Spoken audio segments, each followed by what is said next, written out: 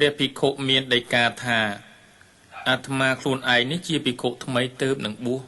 អាត្មាមិនទាន់បានរៀនសូត្រឲ្យបានជ្រៅជ្រះអំពីពុទ្ធវចនៈនៅឡើយទេដូច្នេះអាត្មាមិនអាចសម្ដែងធម៌ឲ្យបានពឹស្ដារបានទេតែអាត្មាគ្រាន់តែអាចពោលឲ្យអ្នកស្ដាប់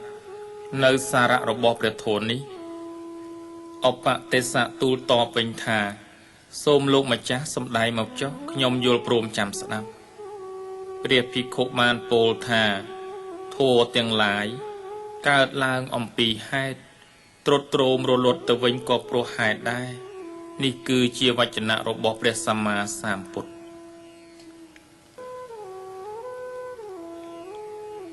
ក្នុងពេលដែលឧបទេសៈបានស្ដាប់សេចក្តីរាយរាប់អំពីព្រះធម៌នេះនៅត្រង់ខ្លោងទ្វារចូលទីក្រុងហើយដួងចិត្តរបស់គាត់ក៏ភ្លឺស្វាងភ្លាមធម៌ទាំងឡាយដែលកើតមានក៏ព្រោះតែមានហេតុ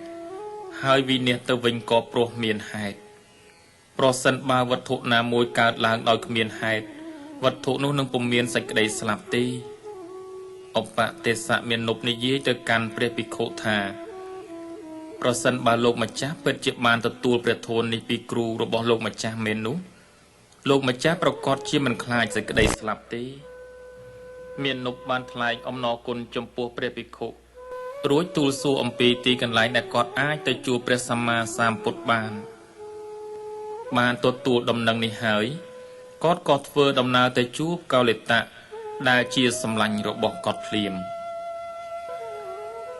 សេចក្តីសុខដ៏ជ្រាលជ្រៅបានធ្វើឲ្យមុខមាត់របស់ឧបទេសៈរីករាយស្រស់ស្រាយចិញ្ចាចចិញ្ចែងសម្លាញ់របស់គាត់ឈ្មោះកោលិតៈបានដឹងពីចម្ងាយថាសម្លាញ់របស់គាត់បានរកឃើញនៅអរិយសច្ចធម៌ហើយគាត់បានសួរទៅឧបទេសៈថាទឹកមុខប្រកបដោយរស្មីចិញ្ចែងរបស់សម្លាញ់ឯងបញ្ជាក់យ៉ាងប្រត់ញាប់ថា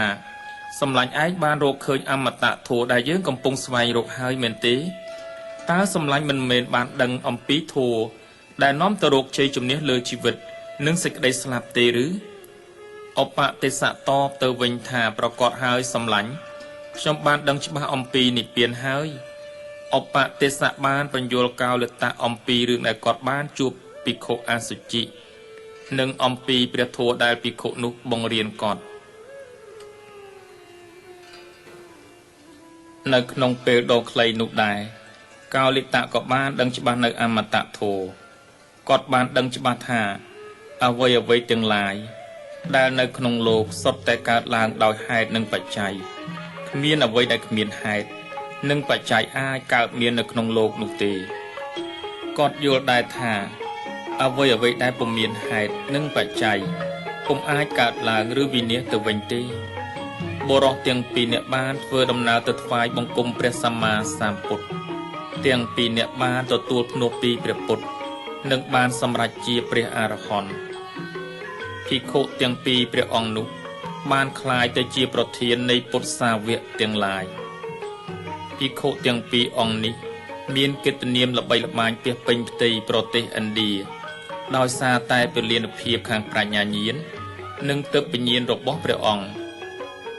ក្នុងនាមជាសាវករបស់ព្រះសម្មាសម្ពុទ្ធព្រះភិក្ខុទាំងពីរអង្គនេះ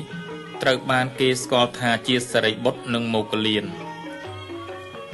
ភិក្ខុទាំងពីរអង្គនេះបានរៀនអំពីខ្លឹមសារនៃព្រះពុទ្ធសាសនាពីព្រះភិក្ខុអសុជិនៅក្នុងថ្ងៃពេញបរមីមួយនោះព្រះឯហេភិក្ខុទាំង1250អង្គដែលព្រះសម្មាសម្ពុទ្ធទ្រង់បានបញ្ជូនទៅឲ្យផ្សព្វផ្សាយព្រះធម៌នៅទីផ្សេងបានត្រឡប់មកជួបជុំគ្នាវិញនៅក្នុងវេលុវនារាមនាក្រុងរាជក្រឹសក្នុងពេលនោះព្រះសម្មាសម្ពុទ្ធទ្រង់គង់នៅទីនោះដែរសង្ឃសន្និបាតនាពេលនោះមានសារៈសំខាន់ដ៏ពិសេសមួយពីព្រោះថានោះគឺជាលើកទី1ហើយដែលឯហេភិក្ខុទាំងអស់នោះ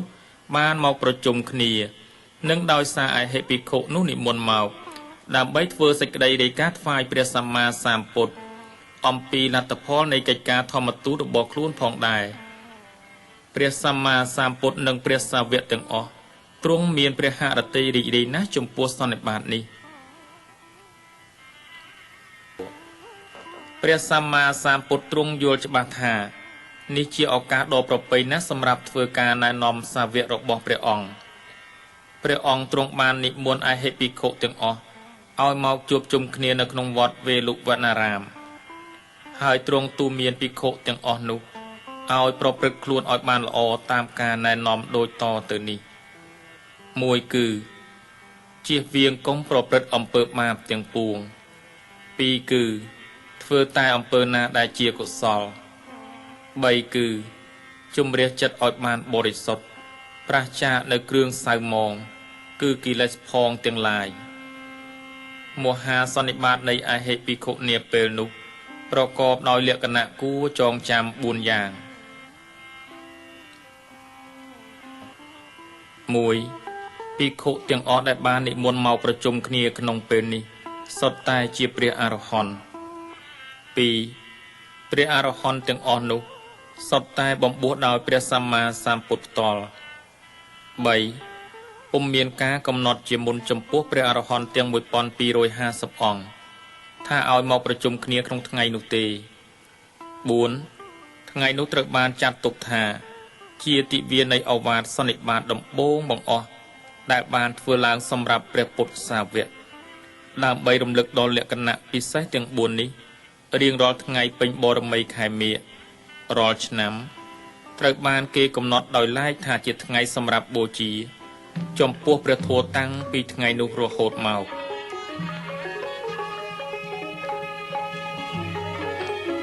ព្រះបាទសទ្ធោទនៈ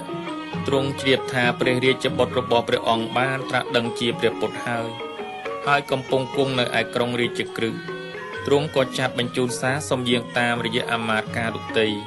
ដែលជាមិត្តសម្លាញ់របស់ព្រះអង្គម្ចាស់សទ្ធត្ថកាលពីកុមារភាពដើម្បីសុំឲ្យព្រះសម្មាសម្ពុទ្ធយាងមកកាន់នគរកបិលភស្តុ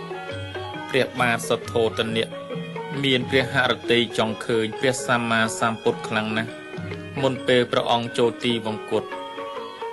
នៅពេលដែលឱកាសល្អសម្រាប់ព្រះសម្មាសម្ពុទ្ធដើម្បីបំពេញបំណងប្រាថ្នារបស់ព្រះបិតាព្រះអង្គបានមកដល់